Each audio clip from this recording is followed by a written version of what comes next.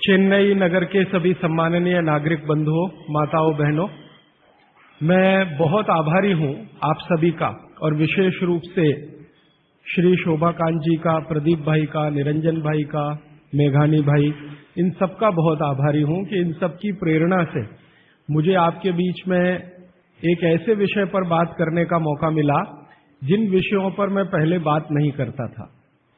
हमारी जो चिकित्सा और स्वास्थ्य का विषय है, इस पर बात करने की प्रेरणा मुझे पिछले 3-4 साल पहले हुई, जब मैंने भारत सरकार को एक पत्र लिखा था। मैंने भारत देश की सरकार के स्वास्थ्य मंत्री को एक पत्र लिखा था, ये जानने के लिए कि हमारे देश के लोगों की स्वास्थ्य की स्थिति क्या है। हमारे देश की सरकार हर 10-10 साल में एक जनसंख्या की गणना कराती है, जिसको सेंसस कहते हैं हमारे देश में। तो जब सेंसस होता है तब उस समय ये भी गणना की जाती है कि कितने लोग बीमार हैं, किनको क्या क्या बीमारी है और कितने लोग स्वस्थ हैं, कितने संपूर्ण स्वस्थ हैं, कितने आधे स्वस्थ हैं। तो मैंने आज से लगभग 4 साल पहले एक पत्र लिखा था स्वास्थ्य मंत्री को और उसमें एक ही प्रश्न पूछा था कि भारत के लोगों की स्वास्थ्य की स्थिति क्या है। तो हमारे देश के मंत्री महोदय के सचिव ने, सेक्रेटरी ने उत्तर दिया कि देश के लोगों की स्वास्थ्य की जो स्थिति है उसके लिए हम आपको पूरा डाटा भेज रहे हैं, आप उसका अध्ययन करके खुद अंदाजा लगा लीजिए। तो सरकार ने जो मुझको डाटा भेजा वो 1-2 पन्ने का नहीं था, वो काफी 600-700 पन्ने का मोटा सा एक पुलिंदा था। उसमें जो सेंसस की रिपोर्ट थी वो पूरी उन्होंने लिखी थी। वो पढ़कर मुझे बहुत परेशानी हो गई। परेशानी क्या हो गई कि उसमें उन्होंने बताया कि लगभग 112 करोड़ लोग इस देश में रहते हैं और 112 करोड़ लोगों में स्वस्थ लोगों की संख्या गिनती की 25 से 30 करोड़ है। बस 25 से 30 करोड़ लोग ऐसे हैं इस देश में जिनको स्वस्थ कहा जा सकता है, जिनको किसी तरह का कोई रोग नहीं है, शारीरिक रूप से भी और मानसिक रूप से भी। बाकी जितने भी लोग हैं सभी को कुछ न कुछ तकलीफें हैं। जैसे भारत सरकार के विशेषज्ञों ने ये कहा कि 5 करोड़ लोग इस देश में हैं जिनको डायबिटीज है, मधुमेह है, खराब बीमारी है। दुनिया के ज्यादातर डॉक्टर कहते हैं कि ये जल्दी ठीक नहीं होने वाली बीमारी है और ये 5 करोड़ लोगों को हो गई है। और विशेषज्ञ ये कहते हैं उस रिपोर्ट में कि अगर यही गति और रफ्तार से डायबिटीज बढ़ती गई तो अगले 2014 तक लगभग 10 से 12 करोड़ लोगों को ये होगी। फिर उस रिपोर्ट में उन्होंने कहा है कि 12 से 13 करोड़ लोग ऐसे हैं जिनको लंग्स इन्फेक्शन की भिन्न भिन्न बीमारियां हैं, जैसे दमा है, अस्थमा है, सांस फूलती है, ब्रोंकियल अस्थमा है, ट्यूबरकुलोसिस है, ऐसे 12-13 करोड़ लोग। फिर वो विशेषज्ञों की रिपोर्ट कहती है कि भारत में लगभग 15-16 करोड़ लोग हैं जिनको घुटनों का दर्द, कमर का दर्द, कंधे का दर्द, हड्डियों का दर्द, जिसको आप संधिवात कहते हैं सरल भाषा में, ये हड्डियों के, जोड़ों के दर्द की बीमारियां हैं। फिर उसी रिपोर्ट में बताया गया है कि 9 से 10 करोड़ लोग हैं जिनको पेट का कुछ न कुछ तकलीफ है, जिनको पित्त की बीमारियों के द्वारा हम लोग अक्सर परिभाषित करते हैं। गैस बनना, एसिडिटी होना, अल्सर होना, पेप्टिक अल्सर होना, हाइपर एसिडिटी होना, वगैरह वगैरह। और ये सब मैं पढ़ता गया और एक जगह लिखा हुआ था रिपोर्ट में, बहुत परेशान करने वाली बात, कि 20 से 22 करोड़ लोग हैं जिनको आंखों की कुछ न कुछ बीमारी है। या तो कम दिखता है या बिल्कुल नहीं दिखता, रात में नहीं दिखता, दिन में दिखता है तो रंग का अंतर पता नहीं चलता। हम लोग अंग्रेजी में उनको नाइट ब्लाइंडनेस या कलर ब्लाइंडनेस या ग्लूकोमा जैसी बीमारियों से परिभाषित करते हैं। और ये पढ़ते पढ़ते मैं परेशान होता गया। अंत में रिपोर्ट के आखिरी हिस्से में सरकार की तरफ से ये बताया गया था कि ये सब बीमारियां तो हैं और सरकार इनके लिए क्या क्या प्रयास कर रही है। हर साल केंद्र सरकार का बजट है इन बीमारियों को ठीक करने के लिए, वो करीब 96,000 करोड़ रुपए का है, परोक्ष और प्रत्यक्ष दोनों मिलाकर, डायरेक्ट और इनडायरेक्ट। फिर राज्य सरकारों के अलग अलग बजट हैं। उन्होंने बताया कि जैसे तमिलनाडु की राज्य सरकार का बजट 35,000 करोड़ का है, आंध्र प्रदेश की सरकार का बजट 28,000 करोड़ का है। ऐसे अलग अलग राज्यों की सरकारों का बजट है। केंद्र सरकार का बजट और राज्य सरकार का बजट दोनों मिलाकर औसतन मैंने निकाला तो लगभग 1-1.25 लाख करोड़ रुपए का खर्चा है सरकार की तरफ से। फिर ये पूरी रिपोर्ट पढ़ने के बाद और एक हिस्सा है रिपोर्ट का कि भारत की सरकार कहती है कि विभिन्न बीमारियों का इलाज करने के लिए इस देश में जो डॉक्टरों की संख्या है, जो रजिस्टर्ड है, वो 23 लाख है। MBBS, MD, MS, BAMS माने आयुर्वेद के और प्लस BHMS होम्योपैथी के, तीनों विधाओं के, होम्योपैथी, आयुर्वेद और एलोपैथी तीनों मिलाकर सरकार कहती है कि 23 लाख डॉक्टर हैं जो रजिस्टर्ड हैं। अब 23 लाख डॉक्टर और लगभग 70 से 75 करोड़ मरीज या बल्कि 80 करोड़ मरीज, तो मैंने हिसाब निकाला कि एक डॉक्टर कितने लोगों का इलाज कर सकता है। अगर ईमानदारी से कोई डॉक्टर सवेरे से शाम तक, सवेरे 7 बजे से शाम 7 बजे तक क्लिनिक में काम करे तो ज्यादा से ज्यादा 50 लोगों को वो देख सकता है। अब 23 लाख डॉक्टर हैं और 50 का उसमें गुणा कर दो तो बीमारों की संख्या और जिनका इलाज हो पा रहा है उनकी संख्या में जमीन आसमान का अंतर है। फिर मैंने एक दूसरा पत्र लिखा और मैंने स्वास्थ्य मंत्री को ये कहा कि ये डॉक्टरों की संख्या तो पर्याप्त नहीं है बीमारों का इलाज करने के लिए। क्या सरकार की ऐसी कोई योजना है कि डॉक्टरों की संख्या बढ़ाई जाए? तो मंत्री के यहां से पत्र आ गया कि भारत की सरकार और राज्य की सरकारों ने अब तक जितने डॉक्टर्स बनाए हैं, इनको बनाने में करीब 10 लाख करोड़ से ज्यादा का खर्च हो चुका है। अगर ये संख्या हम दुगनी करें तो 20 लाख करोड़ रुपए हमें चाहिए। सरकार के पास इतना धन उपलब्ध नहीं है, इसलिए ये व्यवस्था कैसे आगे बढ़ेगी मालूम नहीं। फिर मैंने भारत सरकार को याद दिलाया कि भारत सरकार ने एक अंतर्राष्ट्रीय समझौता किया हुआ है जिसमें कई देश शामिल हैं और वो समझौते का टाइटल है 2014 तक सभी स्वस्थ। भारत में सन 2014 तक सभी को स्वस्थ हो जाना है, ये सरकार का समझौता है। तो 2014 तक कैसे होने वाला है? मुझे नहीं लगता कि कोई होने की संभावना है और सरकार स्वीकार करती है कि जिस गति से सरकार काम कर रही है, अगर सभी हिंदुस्तानियों को स्वास्थ्य दिया जाए, चिकित्सा दी जाए, तो कम से कम 350 साल लगेंगे। ये कैलकुलेशन मैंने कैसे निकाला? हर साल जितने डॉक्टर इस देश में पढ़कर निकल रहे हैं, एलोपैथी, होम्योपैथी और आयुर्वेद के, और उसमें देश का जो ग्रोथ रेट है 10%, वो जोड़कर हर साल उनकी संख्या बढ़ती जाए तो 350 साल में सभी को चिकित्सा और स्वास्थ्य मिल जाएगा। अब पता नहीं 350 साल में कितने जीवित बचेंगे और कितने यहां से चले जाएंगे। अब मेरी एक जो दुख की बात है मन की, वो ये कि 350 साल में जनसंख्या अगर जो बढ़ रही है उसको जोड़ दिया इसमें, तो किसी को भी स्वास्थ्य कभी भी उपलब्ध नहीं हो सकेगा। जब ये जानकारी मुझे आई तो मैं बहुत परेशान हुआ और मैंने सोचा कि ये तो बड़ी गंभीर स्थिति है। फिलहाल पिछले कुछ वर्षों से मैं स्वामी रामदेव जी के साथ जुड़ा हूं। उनसे जब मैंने इन सब विषयों पर चर्चा की तो वो भी कहते हैं कि बात तो बहुत गंभीर है, सबको स्वास्थ्य मिलना सरकार के बूते का और सरकार के दम पर और चिकित्सा जो चल रही है इस देश में उसके दम पर तो संभव नहीं है, कोई और रास्ता ढूंढना पड़ेगा। अब दूसरा रास्ता ढूंढने के लिए मैंने भारत देश के कई बड़े चिकित्सकों से बात करना शुरू किया, ऐसे वैद्यों से बात करना शुरू किया जो आयुर्वेद के बड़े पंडित माने जाते हैं इस देश में। विशेष रूप से एक वैद्य हैं हार्डीकर, पूना में रहते हैं और उनका भारत में बहुत बड़ा ऊंचा स्थान है। आजकल हिंदुस्तान के आयुर्वेद चिकित्सा के जो विशेषज्ञ हैं वो उनको आधुनिक चरक कहते हैं, इतनी ऊंची स्थिति है उनकी। हार्डीकर जी की उम्र उनकी लगभग 85 वर्ष हो चुकी है। मैंने हार्डीकर जी से कहा कि भारत की चिकित्सा की जो स्थिति है वो ये है, सरकार कहती है, आप क्या मानते हैं? तो उन्होंने कहा कि भारत में किसी को भी सरकार के भरोसे चिकित्सा कभी नहीं मिल सकती। अगर कोई व्यक्ति चाहे तो अपनी चिकित्सा स्वयं करे, तभी रास्ता खुलेगा और कोई रास्ता नहीं। हार्डीकर जी ने एक दिन मुझे कहा कि तुम जानते हो 200 साल पहले हिंदुस्तान में लोग बीमार नहीं थे इतने। तो मैंने कहा आप कैसे कहते हैं? उन्होंने कहा स्टेटिस्टिक्स देख लो, आंकड़े देख लो।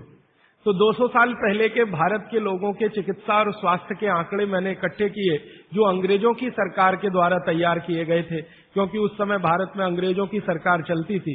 तो मुझे हैरानी हुई कि आज जितने बीमार हैं और उस समय जितने बीमार थे, आज जितनी जनसंख्या है और 200 साल पहले जितनी जनसंख्या है, वो सब बातों को ध्यान में रखते हुए मैं अगर आपको सरल भाषा में कहूं कि अगर आज 100% लोग बीमार हैं तो 200 साल पहले मुश्किल से 8 या 10% लोग ही बीमार थे। अब वो 8 से 10% लोगों की चिकित्सा के लिए अंग्रेजों ने एलोपैथी व्यवस्था यहां शुरू की थी, जो शायद पर्याप्त रही होगी क्योंकि बीमारों की संख्या बहुत कम थी। आज बीमारों की संख्या हमारी कुल संख्या की 70 से 80% हो गई है और ये चिकित्सा लगभग फेल हो गई है। पिछले 60 वर्षों में आजादी के बाद आप सब जानते हैं, सरकार भी मानती है इस बात को कि जितना विकास हुआ है एलोपैथी चिकित्सा का, जितने डॉक्टर बढ़े हैं, जितनी दवाएं बढ़ी हैं, जितने हॉस्पिटल्स बढ़े हैं, जितनी सुविधाएं बढ़ी हैं, उतनी बीमारियां कई गुना गति से बढ़ गई। अब न हॉस्पिटल पर्याप्त हैं न डॉक्टर पर्याप्त हैं। आप अक्सर आए दिन अखबारों में समाचार पढ़ते होंगे, टीवी पर देखते होंगे कि लोगों को बिना इलाज के मर जाना पड़ता है, बिना दवा के मर जाना पड़ता है, हॉस्पिटल के बाहर बेचारे पड़े रहते हैं और डॉक्टर कहते हैं कि उनके ऊपर काम का इतना बोझा है कि वो सभी पेशेंट को अटेंड नहीं कर सकते। ये दोनों तरफ की बातें समझने के बाद मुझे वैद्य हार्डीकर जी की बात समझ में आई कि सब लोग अपनी चिकित्सा करने लगे हैं तो रास्ता खुलता है सभी के स्वस्थ होने का। तो मैंने एक दिन हार्डीकर जी को पूछा कि क्या ये संभव है कि हर आदमी अपनी चिकित्सा खुद कर ले, तो डॉक्टर की क्या जरूरत है? तो उन्होंने कहा है कि डॉक्टर क्या करता है, डॉक्टर क्या करता है, आपसे कुछ बातें पूछेगा, आपको भूख लगती है कि नहीं, प्यास लगती है कि नहीं, नींद आती है कि नहीं, खाना अच्छा लग रहा है कि नहीं, वगैरह वगैरह, और ये सब आप उसको बताएंगे। ये सब बताने के बाद वो अपना कंक्लूजन आपको बताएगा कि आपको फलाना रोग हुआ है या आपको ऐसी तकलीफ हुई है। मतलब क्या है, डॉक्टर ने जो कुछ बताया आपके कहने पर, वो कोई भगवान तो नहीं है, ऐसा डॉक्टर तो कहीं नहीं है कि जो आप कुछ भी ना कहो और बता दे कि आपको ऐसा है। शायद 250-300 साल पहले रहे होंगे ऐसे कुछ चिकित्सक जो नाड़ी देखते ही बात करते थे कि आपने 10 दिन पहले ये खाया। हार्डीकर जी ने मुझे बताया कि ऐसे वैद्य रहे हैं इस देश में जो 1 मिनट आपकी नाड़ी पकड़ लें तो बता देंगे कि कल क्या खाया, 2 दिन पहले क्या खाया, 4 दिन पहले क्या खाया, 10 दिन पहले क्या खाया। अब ऐसे लोगों की कमी बहुत है इस देश में, संख्या भी कम है। तो हार्डीकर जी ने मुझे कहा कि आप जो बताते हैं डॉक्टर उस पर से अपना तय करता है, लेकिन उसमें भी वो पक्का नहीं होता। एलोपैथी चिकित्सा में तो सिद्धांत ही है trial and error, trial and error, trial and error, माने कोशिश करो और गलतियां करो, कोशिश करो और गलतियां करो, कोशिश करो, माने तीर चलाओ, लगे तो ठीक, नहीं तो तुक्का। ये बात हार्डीकर जी के मुंह से सुनी तो मुझे लगा कि वो आयुर्वेद चिकित्सक हैं, शायद इसलिए ऐसा बोलते होंगे। फिर मैंने ये बात कंफर्म करने के लिए एलोपैथी के कई बड़े डॉक्टरों से बात की, बहुत बड़े बड़े डॉक्टरों से बात की, दिल्ली में, मुंबई में। वो कहते हैं कि देखो बात तो सही है लेकिन हम इसको जाहिर में नहीं कह सकते, माने आप जैसे लोगों के सामने नहीं कह सकते कि हम सब ट्रायल एंड एरर पे काम करते हैं, हम सब तीर चलाते हैं, लग जाए तो ठीक है नहीं तो तुक्का है। माने आपका जो इलाज किया जाता है वो एक कुछ एजम्पशंस के आधार पर है, कंफर्म कुछ भी नहीं है उसमें। काम कर गया तो ठीक है, नहीं तो आप तो मर ही जाएंगे। डॉक्टर कहेगा मैंने तो बहुत कोशिश की, अब मैं क्या कर सकता हूं, और आप चुपचाप अपने पेशेंट की डेड बॉडी लेके वहां से चले आएंगे। मैं आपको एक बहुत गंभीर बात कहना चाहता हूं। हिंदुस्तान के एलोपैथी चिकित्सा के शीर्षस्थ डॉक्टर जो इस देश में हैं, उनकी एक संस्था है। वो संस्था की एक कॉन्फ्रेंस में मैं चला गया था गलती से, एक डॉक्टर मुझे पकड़ के ले गया था, मेरा जाने का तो कोई अधिकार नहीं था लेकिन डॉक्टर ले गया था। वो कहता था कि तुम सुनना बस बैठ के, हम बात क्या करते हैं, कुछ बोलना नहीं, कुछ कहना नहीं, रिएक्ट नहीं करना, बस सुनना, हम देखो क्या बातें करते हैं। तो उस कॉन्फ्रेंस में 3 दिन में बैठा रहा दिल्ली में। जो बातें होती हैं वो आपको सुना दी जाए तो आप किसी भी एलोपैथी चिकित्सक के पास नहीं जाएंगे। वो बिल्कुल इस तरह से बातें करते हैं जैसे कोई कसाई बकरे को काटने से पहले बात करता है। ऐसी स्थिति इस देश में आ गई है। फिर 3 दिन सुनने के बाद मैं परेशान हो गया, तो मैंने वो डॉक्टर से कहा मैं जाना चाहता हूं। उसने कहा अब तुम समझ गए हम लोग क्या हैं। तो मैंने कहा ये आपने मुझे समझाया क्यों? तो उन्होंने कहा तुम एक काम कर सकते हो जो हम नहीं कर सकते, कि ये बातें दूसरों को समझा दो। ऐसी स्थिति है। उसमें जो सबसे गंभीर बात हुई थी वो मैं आपको एक वाक्य में कहना चाहता हूं। वो ये कहते थे सभी डॉक्टर एक दूसरे से सहमत होते हुए कि 250 वर्षों में एलोपैथी चिकित्सा ने एक ही काम किया है, दर्द से लड़ने का, बस, इसके अलावा कुछ नहीं। 250 वर्षों में एलोपैथी चिकित्सा ने एक ही रिसर्च किया है, एक ही काम किया है, एक ही शोध किया है, वो दर्द से लड़ने का, इसके आगे कुछ नहीं है। और ये बात मैं बहुत घंटों घंटों सोचता रहा, तब जाकर मुझे मन में प्रेरणा हुई कि मुझे तो भारत के लोगों को कुछ और बताने की जरूरत है। तब मैंने हार्डीकर जी को पूछा कि अब मेरे समझ में आया, आप बताइए क्या करना चाहिए। तो उनका देखो, आयुर्वेद एक ऐसी चिकित्सा पद्धति है जिसमें महान महान लोगों ने, चरक ऋषि, सुश्रुत ऋषि, बागभट्ट ऋषि, निघंटु ऋषि, पाराशर ऋषि, ये सब महान महान लोगों ने एक बात कॉमन कही है, और वो ये कही है कि जो व्यक्ति मरीज होता है वो सबसे अच्छा डॉक्टर हो सकता है। इसको आप गंभीरता से मनन करते रहिए। ये बात चरक ने भी कही है, सुश्रुत ने भी कही है, बागभट्ट ने कही है, निघंटु ने कही है, पाराशर ने कही है कि जो रोगी होता है वो सबसे अच्छा डॉक्टर हो सकता है, क्योंकि उसको अपने दुख और तकलीफ का जितनी गहराई से महसूस हो सकता है वो किसी भी डॉक्टर को नहीं होता। जो अपने दुख तकलीफ को गहराई से महसूस कर सकता है वो चिकित्सा भी कर सकता है, बस उसको कुछ ज्ञान की जरूरत है। और कुछ ज्ञान, ज्यादा नहीं, थोड़ा सा ज्ञान अगर उसके जीवन में है तो वो कहते हैं कि वो हर तरह की बीमारी से लड़ सकता है और दूसरों को मदद कर सकता है। उनके इस वाक्य से मुझे बहुत प्रेरणा हुई कि जो रोगी है वो सबसे अच्छा चिकित्सक हो सकता है। और आयुर्वेद के जितने बड़े पंडित हैं वो भी मानते हैं इस बात को। वो ये कहते हैं कि आयुर्वेद का 85% हिस्सा, ये बात मैं आप सबको बहुत विनम्रता पूर्वक लेकिन गंभीरता से कह रहा हूं, इसको आप कभी भूलिएगा मत। आपके जीवन के स्वास्थ्य और चिकित्सा का 85% हिस्सा इतना सरल और आसान है कि आप स्वयं उसे कर सकते हैं। मात्र 15% हिस्सा ऐसा है जिसमें आपको किसी विशेषज्ञ की मदद की जरूरत पड़ सकती है, मात्र 15%।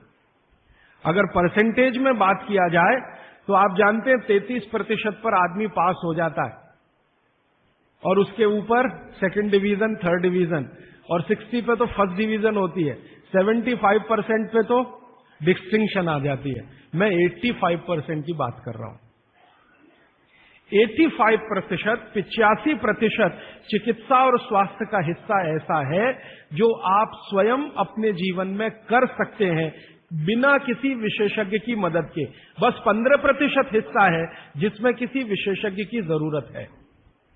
और आपको मैं एक आगे की बात कहता हूं कि ये जो 15% हिस्सा है आपकी जिंदगी का जिसमें आपको विशेषज्ञ की जरूरत पड़ती है, ये हिस्से में सबसे कम बीमारियां हैं, सबसे कम बीमारियां। माने जहां आपको विशेषज्ञ की आवश्यकता पड़े आपके जीवन में, वो बीमारियों की संख्या सबसे कम है, और जहां विशेषज्ञ की जरूरत नहीं है आपको अपने जीवन में, वो बीमारियां सबसे ज्यादा है। इसका माने कि हम 85% तो डॉक्टर हो ही सकते हैं। कंक्लूजन इस बात का ये है। अब आप अगर 85% से और बेहतर डॉक्टर होना चाहते हैं तो बागभट्ट ऋषि कहते हैं कि अपने शरीर को थोड़ा जान लीजिए, बस। और वो दूसरी महत्व की बात कहते हैं कि अपने भोजन को पहचान लीजिए। शरीर को जान लीजिए, भोजन को पहचान लीजिए, तो वो कहते हैं आप 100% डॉक्टर हो सकते हैं। शरीर को जान लीजिए मतलब थोड़ा फिजियोलॉजी, थोड़ा एनाटॉमी, आज की भाषा में मैं कहूं थोड़ा शरीर विज्ञान आपको मालूम हो। और ये बहुत आसान है आजकल, कोई मुश्किल काम नहीं है। भारत सरकार ने विभिन्न तरह की छोटी छोटी पुस्तकें छपा रखी हैं जो बच्चों को पढ़ाई जाती हैं। एनसीईआरटी के सिलेबस में अब तो ये आ गया है। वो किताबें बाजार में उपलब्ध हैं, आप खरीद लाइए और आपको थोड़ा फिजियोलॉजी तो समझ में आ ही जाएगा, थोड़ा बहुत एनाटॉमी समझ में आ जाएगा। शरीर के क्या क्या अंग हैं, अंगों के क्या क्या उपांग हैं, हृदय है तो कहाँ है, लीवर है तो कहाँ है, किडनी है तो कहाँ है, लीवर का किडनी से क्या संबंध है, किडनी का हृदय से क्या संबंध है, आपस के उनके इंटर रिलेशनशिप है। अब तो एक चार्ट आता है कैलेंडर जैसा, मेरी आपको विनती है कि खरीद के एक टांग लीजिए अपने घर में, आपको भी मदद करेगा, आपके बच्चों को भी मदद करेगा। तो ये हिस्सा बहुत आसान है, मुश्किल नहीं है। बस इसमें जो मुश्किल हिस्सा है वो ये कि शरीर के अंगों के और उपांगों के जो नाम हैं वो जो भाषा में दिए गए हैं वो आपको थोड़ा कम समझती है, तो आप आयुर्वेद वाला ले लीजिए, वो आसानी से समझ में आएगा, उनके आपस के संबंध वगैरह वगैरह। मैं इस विषय पर ज्यादा नहीं जाना चाहता क्योंकि ये उपलब्ध है आपके सामने, और इसमें ज्यादा बात करूंगा तो समय खर्च होगा। आपको सिर्फ संकेत कर रहा हूं कि आज आप चाहे तो आज, नहीं तो एक दो दिन में कुछ ऐसी पुस्तकें फिजियोलॉजी एनाटॉमी की खरीद लें, नहीं तो एक कैलेंडर चार्ट आता है वो ले लें, 2-3 कैलेंडर के चार्ट आते हैं वो ले लें। अभी सरकार ने एक 12 कैलेंडर का चार्ट निकाला है, बहुत ही सरल भाषा में है, बहुत आसान है, उसको घर में टांग कर पलटते रहें, देखते रहें। ज्यादा से ज्यादा 8-10 दिन आप देखेंगे, आपको समझ में आ जाएगा लीवर क्या है, हृदय क्या है, किडनी क्या है, आपस के इनके फंक्शंस क्या है। ये बात भागवत जी कहते हैं कि थोड़ा शरीर को जान लो और भोजन को पहचान लो। अब उसमें आगे उन्होंने एक सूत्र लिखा है संस्कृत में कि शरीर को जानना अगर है तो ठीक है, इसको जरा और समझिएगा, शरीर को जानना है तो ठीक है, लेकिन भोजन को पहचानना सबसे ज्यादा जरूरी। माने उनका कहना यह है कि शरीर को जान लें तो ठीक है, नहीं जाने तो भी भोजन को तो पहचान लें। और भागवत जी ने पूरी विनम्रता से, पूरी गंभीरता से एक बात लिखी है कि जिसने भोजन को पहचान लिया उसको जिंदगी में कभी भी किसी चिकित्सक की जरूरत तो नहीं पड़ेगी। अब भोजन को पहचान लिया माने रसोई घर को पहचान लिया, सीधी सी बात है। और भागवत जी कहते हैं कि जीवन की सबसे बड़ी खोज अगर कोई है तो वो रसोई घर है। और वो कहते हैं कि सबसे बड़ा विज्ञान अगर कोई है तो ये रसोई घर का विज्ञान है, जिसको भोजन विज्ञान कहें या पाक शास्त्र कला कहें, जो भी बात आप कहना चाहें। वो ये कहते हैं कि इससे बड़ी खोज पूरी दुनिया में हुई नहीं और अगले हजारों साल होगी नहीं। इतनी गहरी बात वो कहकर चले गए यहां से। वो कहते हैं कि पिछले हजारों साल में हुई नहीं भोजन से ज्यादा रिसर्च, और अगले हजारों साल में होगी नहीं। और मैं अपने अनुभव से और आप खुद अपने अनुभव से ये बात कह सकते हैं कि दुनिया में भोजन और रसोई पर सबसे ज्यादा रिसर्च अगर कहीं हुई तो भारत में हुई, और अगले हजारों साल भी होगी तो भारत में ही होगी। क्यों? दूसरे देशों में भोजन ही नहीं है, रिसर्च क्या करेंगे?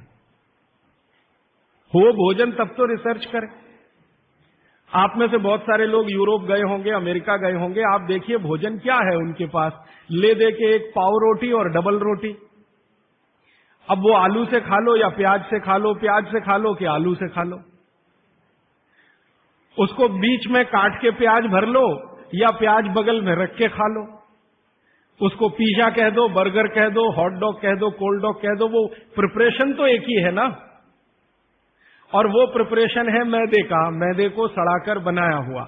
इसके अलावा उनके पास कुछ है नहीं जिसको फूड स्टफ कहा जाए, माने सॉलिड भोजन, मुख्य भोजन कहा जाए, वो उनके पास एक ही है, पाव रोटी डबल रोटी। उसको वो मछली से भी खा सकते हैं, गाय के मांस से भी खा सकते हैं, बकरे के मांस से भी खा सकते हैं, या वगैरह वगैरह कहीं से कुछ भीख में मिल गया, दाल चावल वगैरह, तो उसके साथ खा सकते हैं, वो सब भीख में मिला हुआ है, उनके यहां कुछ होता है नहीं। मैं आपको एक छोटी सी जानकारी देना चाहता हूं। एक बार एक विदेशी व्यक्ति से मेरा झगड़ा हो गया, एक जर्मनी का व्यक्ति था, उससे झगड़ा हो गया। झगड़ा कुछ इस बात का था कि भारत महान है कि जर्मनी महान है। ये जर्मनी के लोगों को आप जानते हैं, थोड़ा शॉविनिज्म बहुत है, खराब शब्द है शॉविनिज्म, लेकिन मैं इस्तेमाल कर रहा हूं। वो कहते हैं हम श्रेष्ठ हैं, दुनिया में हमसे बड़ा कोई नहीं, हम सर्वश्रेष्ठ हैं वगैरह वगैरह। हिटलर भी यही कहता था। तो उसकी महानता की हवा निकालने के लिए मैंने उससे कुछ सवाल कर लिए, तो परेशान हो गया, लेकिन जर्मनी की असलियत सामने आ गई। मैंने उसको पूछा तुम्हारे देश में क्या होता है? गन्ना होता है, गन्ना, शुगर केन? तो उसने कहा नहीं होता। आम होता है, आम? नहीं होता। केला होता है? नहीं होता। चीकू होता है? नहीं होता। संतरा होता है? नहीं होता। मौसम्मी होती है? नहीं होती। जब बहुत परेशान हो गया तो कहने लगा, देखिए मिस्टर राजीव दीक्षित, कोई भी मीठी चीज मेरे देश में नहीं होती। अब बात आगे करिए। कोई भी मीठी चीज मेरे देश में नहीं होती। एक वाक्य में उसने खत्म कर दिया। फिर मैंने कहा, अच्छा चलो, मीठी चीज नहीं, कड़वी चीज पूछते। मेथी होती है? मेथी? मेथी तो मीठी नहीं है। तो मेथी होती है? उसने कहा नहीं होती। पालक होता है? नहीं होता। चुकंदर होता है? नहीं होता। फिर थोड़ी देर में परेशान हो गया, कहने लगा, हरे पत्ते की कोई चीज मेरे देश में नहीं होती। तो मैंने कहा, फिर होता क्या है? तो उसने कहा, दो ही चीजें हैं, एक तो आलू होता है और एक प्याज होती है। तो आलू को प्याज में मिला के खा लो या प्याज को आलू में मिला के खा लो, और कुछ नहीं होता। फिर मैंने उसको गिनाना शुरू किया कि देखो भारत में क्या क्या होता है, मीठी चीजों में क्या क्या होता है, खट्टी चीजों में क्या क्या होता है, तीखी चीजों में क्या क्या होता है, कसैली या कड़वी चीजें क्या क्या है। 6 रस है ना, षड रस की बात कही जाती है। 6 रस में मैंने गिनाना शुरू किया तो वो कहता है कि यार इसमें तो एक एनसाइक्लोपीडिया लिख जाएगा। मैंने कहा यस, भारत में इतना ही होता है। और मैंने उसको जब ये कहा कि ये हर गांव में होता है, तब तो वो बहुत परेशान हो गए। मैंने कहा हर गांव में होता है, 7,32,000 गांव है, हर गांव में ये सब होता है। माने किसी गांव को दूसरे पर निर्भर रहने की जरूरत नहीं है, नमक को छोड़कर। तब उसने कहा कि सच में इंडिया इज ग्रेट।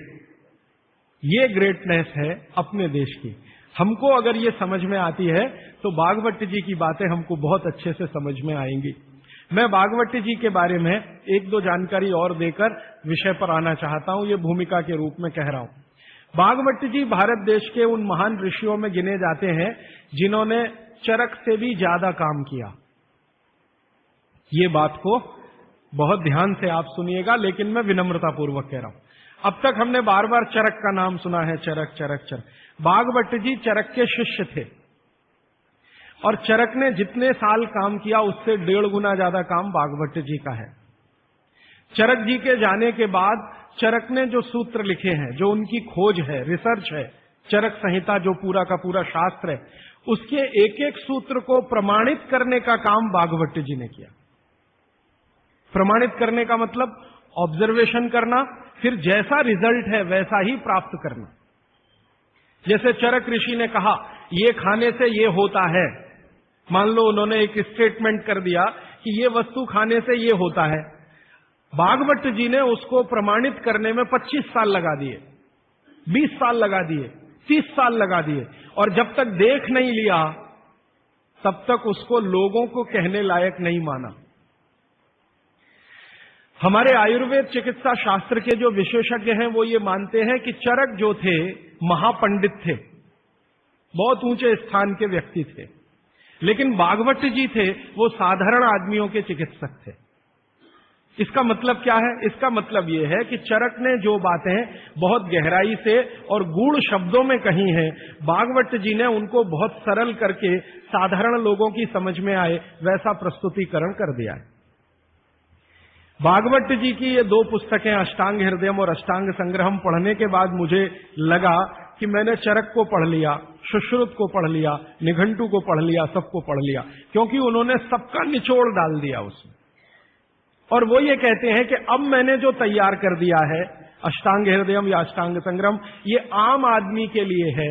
वो चाहे तो इसका पालन करे और अपने जीवन में मेरी तरह से सुखी और निरोगी रहे। भागवत जी 135 वर्ष तक जिंदा रहे और उनके शिष्य बताते हैं कि उन्होंने इच्छा मृत्यु को धारण किया।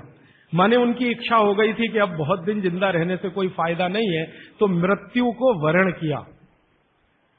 ऐसे पंडित आदमी, इतनी कमांड अपने शरीर पर।